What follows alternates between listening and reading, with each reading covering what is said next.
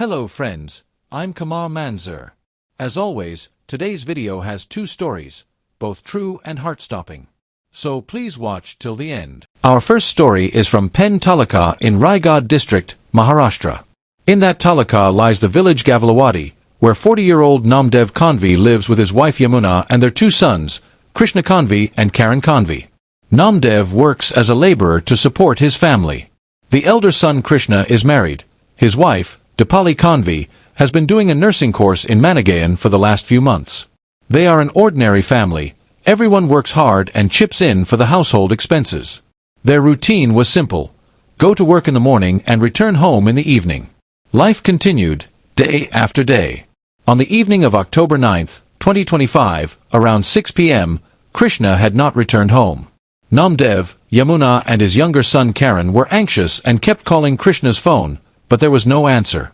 Worry grew. They asked relatives and friends, but no one knew Krishna's whereabouts. Finally, Namdev took Karan and set out from Gavalawadi toward the Nagathane market.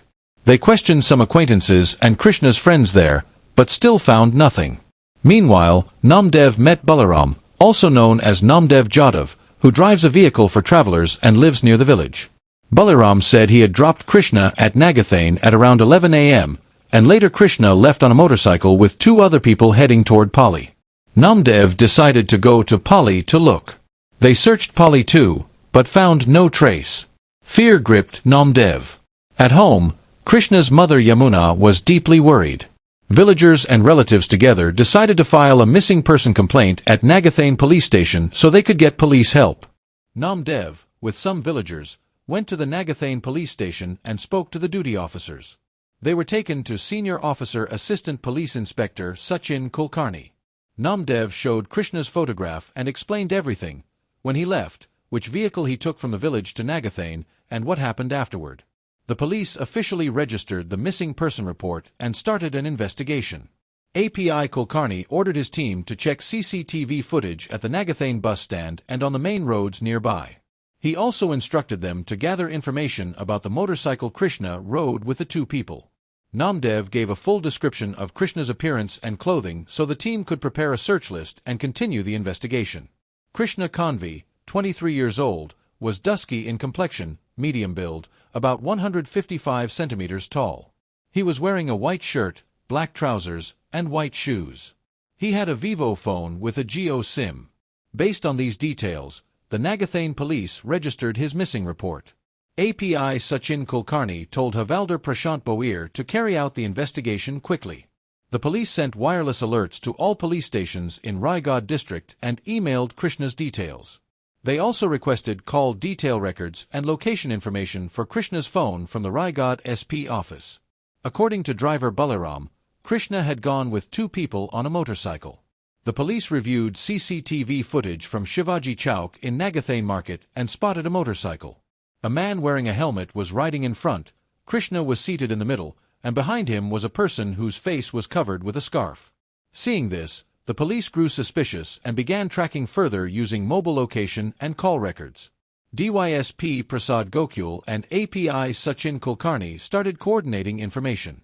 The police checked Krishna's phone and found he often spoke with Umesh Mahajit and Supriya Chaudhary.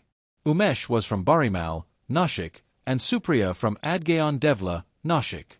They had exchanged many calls and Instagram chats. Following this lead, API Kulkarni ordered the team to extract locations for both and lay a trap to capture them. After some effort, the police arrested both. Initially they stayed silent, but under strict interrogation they confessed they had murdered Krishna. The police recorded their statements and took them to the site of the crime with the forensic team, government photographer and officers from Roa Division, including Prasad Gokul. Umesh led the police to the place where the murder took place. In the jungle, Krishna's body was found in a decomposed state, lying face down. Namdev identified the body. The police conducted an on-site inspection and sent the body to the Nagathane Primary Health Center for post-mortem to determine the exact cause of death. During the investigation, it emerged that the mastermind of the conspiracy was Krishna's own wife, Dipali. Her lover Umesh and friend Supriya confessed during questioning. The police were shocked that just 19-year-old Dipali had plotted to kill her husband. Here is the story that came out during interrogation.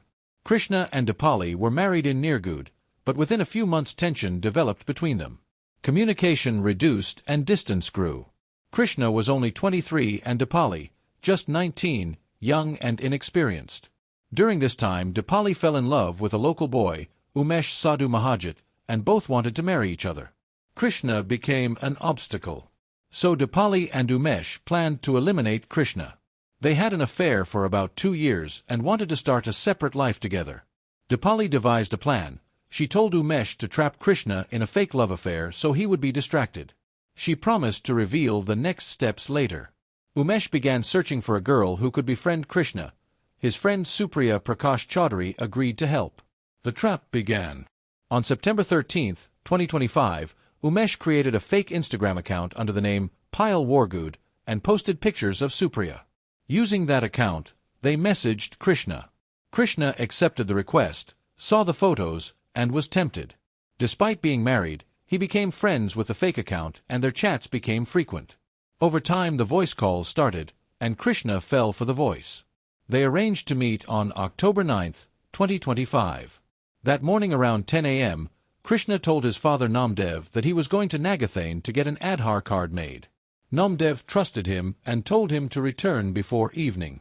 Krishna had his tea, left home, eager to meet the girl, unaware that the meeting would cost him his life. Meanwhile, Umesh and Supriya left Nashik for Javhar, took a motorcycle, and reached Nagathane around 8:30 a.m. They went to the spot Dipali had earlier shown in photos, near KC College in Nagathane.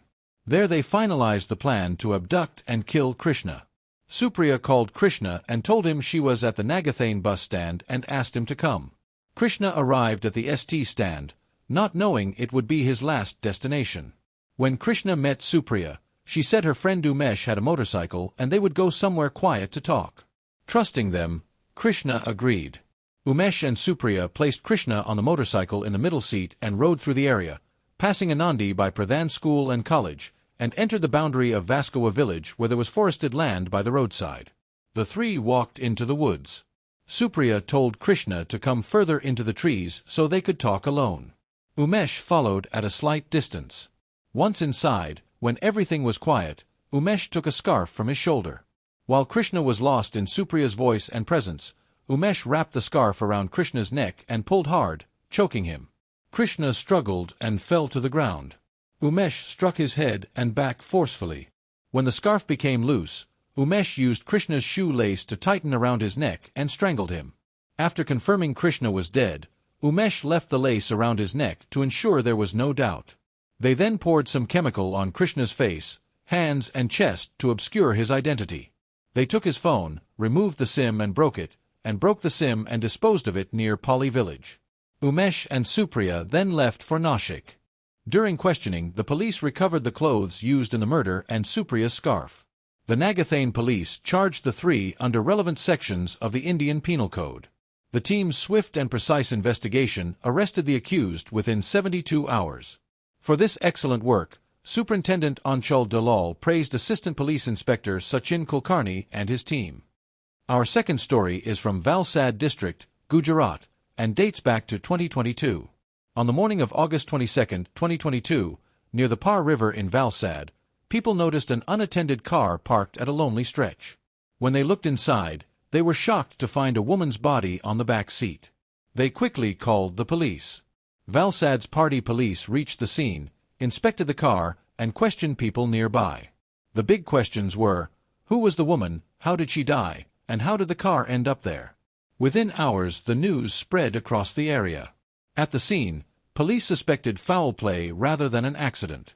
The woman appeared to be about 32 to 33 years old, with marks on her neck indicating strangulation. Her slippers were under the driver's seat while the body lay on the back seat, suggesting she had been forced into the rear and strangled there. There were no visible external injuries and her clothes were intact. Perhaps she had been rendered unconscious first. Her car keys, mobile phone and some belongings were missing, indicating the killers tried to remove evidence. The main challenge was identifying the woman. The police traced the car owner from its registration number and discovered that on August 27 a man named Haresh Balsera had filed a missing report for his wife, Vaishali Balsera, who was known in the Gubra circuit as a folk singer. When Haresh saw his wife's car and the body, he broke down. He told police Vaishali had left on the evening of August 27, 2022 to meet someone and never returned. After waiting and calling repeatedly, Haresh filed a missing person report. The Valsad SP Dr. Rajdeep Singh, DSP VN Patel and other senior officers arrived, along with the dog squad and forensic team. The body was identified as Vaishali Balsera. The police completed the scene investigation and sent the body to Surat for post-mortem. The forensics team collected crucial evidence. Questions remained. Did Vaishali have enemies? Was someone jealous of her rising fame? Who had motive to kill her? Investigators found no signs of marital discord between Vaishali and Haresh. They married in 2011 and had a daughter.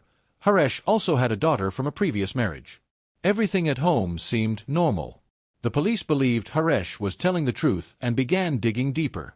They reviewed CCTV from about 100 cameras in the area and found a crucial clue.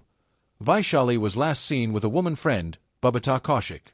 The police examined Babita's call records and found she was present at the time of the murder. This made her a key witness, or suspect. Babita was 8 months pregnant, which made interrogation delicate. The police adopted a careful approach. They arranged doctors to monitor her during questioning and gently informed her that they needed her help to catch the killer of her friend Vaishali.